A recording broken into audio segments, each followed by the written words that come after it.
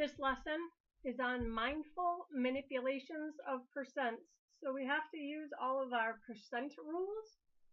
So for review number 1, we are going to determine whether each expression is equivalent to 16 raised to the t minus 0.25. So why don't you go ahead and see if you can figure that out. Use the area to the right as your scrap paper and decide which ones are equivalent and which ones are not. So hopefully this is what you got. Going through them, if we rewrite 16 with a common base of 2, we get 2 to the 4th raised to the t. So that's 2 to the 4t over 2 to the 4. And what do you do when you divide? You subtract exponents. So 2 to the 4t minus 4 is not equivalent to 16 to the t minus 0.2. And the reason why is you could have 2 to the 4th t minus 1. So this would be 16 to the t minus 1, not equivalent. In the next one, we have already like bases, so I would have 2t minus 0.5. So if I take out 2, I get 4 to the 2nd because I want to make that base of 16. And now I have, this should be to the, so 4, so it should be t minus, well, what's 1/2 divided by 2? Some of us probably have to pull out our calculators for that. And your answer is 0.25 or 1/4. So yes, it is equivalent because 4 squared is 16. The last one, if we rewrite 16 as a common base again, we have 2 to the 4th to the t. So 2 to the 4t over 2. Be very careful. These don't cancel. This is to the 1. So we have 2 to the 4t minus 1. And again, I need to make 16 as my base, so I'm going to pull out a 4. So I have t minus 0.25. Am I off the screen? Sorry.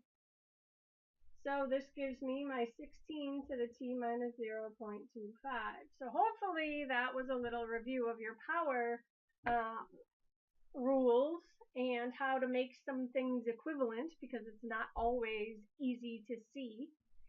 So now let's do some exercises. So exercise 1 says a population of wombats is growing at a constant rate. If the population on January 1st is 1,027 and a year later is 1,079, what is the yearly percentage growth to the nearest tenth? What I would do is use my calculator. So I would make my table, and at time 0, it's 1,027. And then a year later, time 1, it's 1,079. So I guess I don't even have to use my calculator, because how much did they grow by? Oh, but this is growth rate. This is not constant, so I can't just find the difference. This is exponential. So yes, I would use an exponential regression.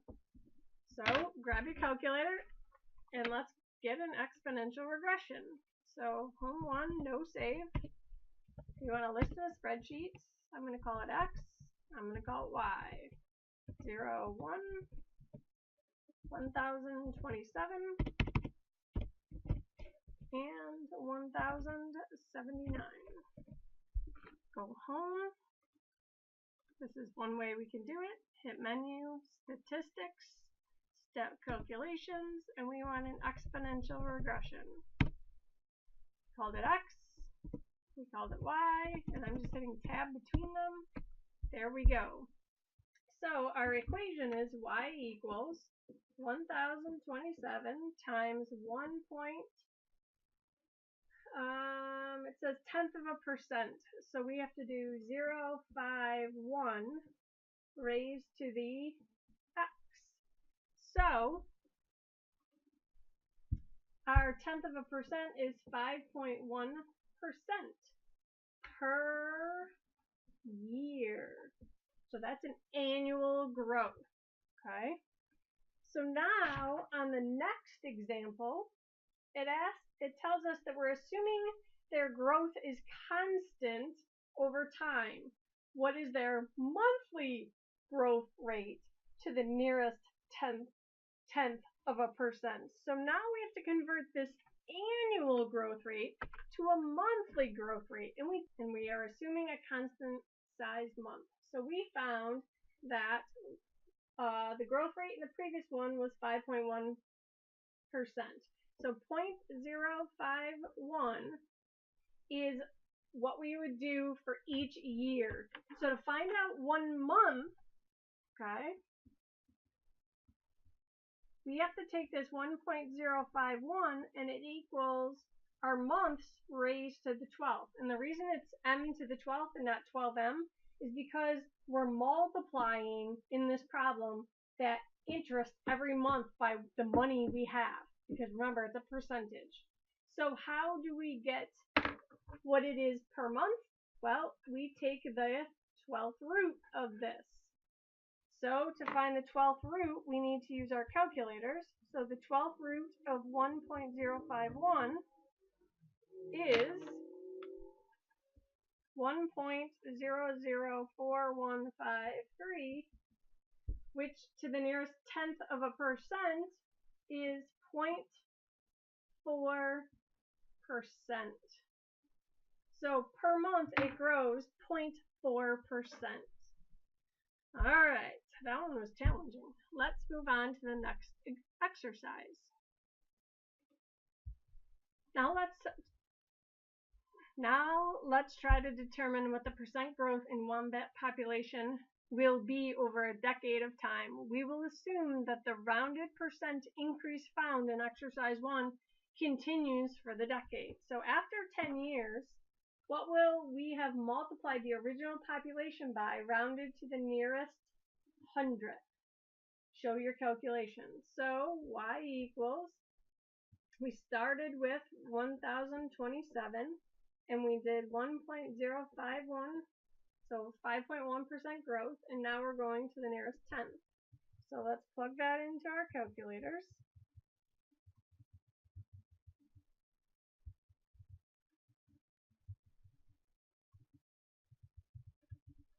And you get y equals 1688.875 blah blah blah. Okay? But I didn't read the question. They don't want to know how many wombats they are. They want to know what they would have multiplied the original by. So the only part I want to know is 1.051 raised to the 10th. And I would get 1.64447 blah blah blah. And they said round to the nearest hundredth. So 1.64 is my original, or what I would have to multiply the original by to get the amount of wombats in 10 years.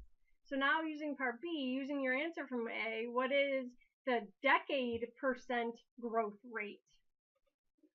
So what percent is this? And remember, it's 1 plus the growth rate. So this is a 64% is the decade growth rate. Isn't that crazy? But that's what happens when you keep compounding 5%.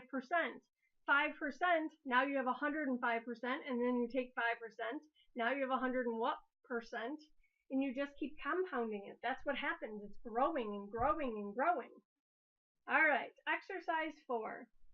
The population of a bacteria is given as P of T equals 1000 E, 0.25 T, where T is in hours.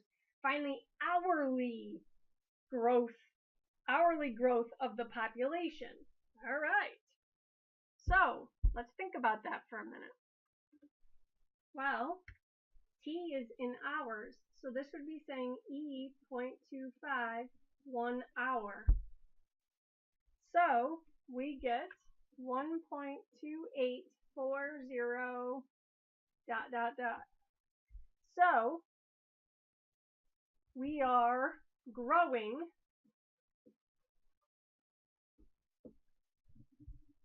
and our rate is what we're raising it to, multiplying by, is 1.2840. So that's our hourly growth of the population. All right, exercise 5. Rewrite each function to determine where it represents exponential growth or exponential decay. State the rate of growth or decay. So in the first one, we need to decide if it's growth or decay. So instead of writing the exponent this way, we're going to use our exponent rules, and I'm going to put the t inside and raise it to the 1/4. Or reverse that, 0.96 to the 1/4 to the t. So now I can see what this base is. So I'm going to put in my calculator 0.96 raised to the 1/4, and I get 0.989 blah blah blah. Well, if we rounded it to the nearest hundredth, I'd have 0.99 to the t and 100. So you can see that we are decaying at a rate of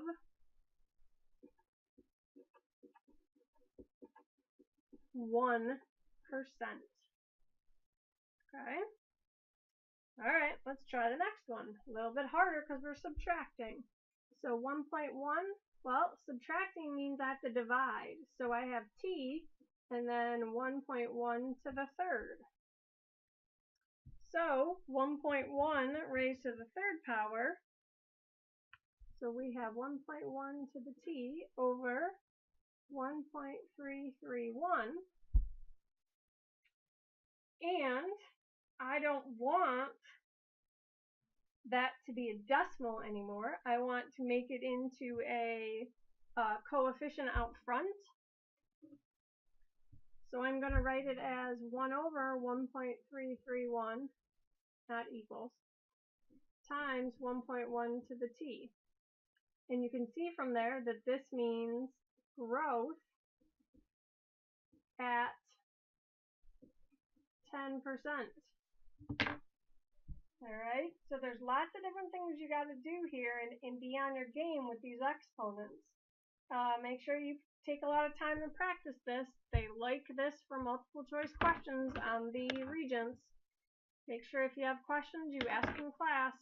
Good luck.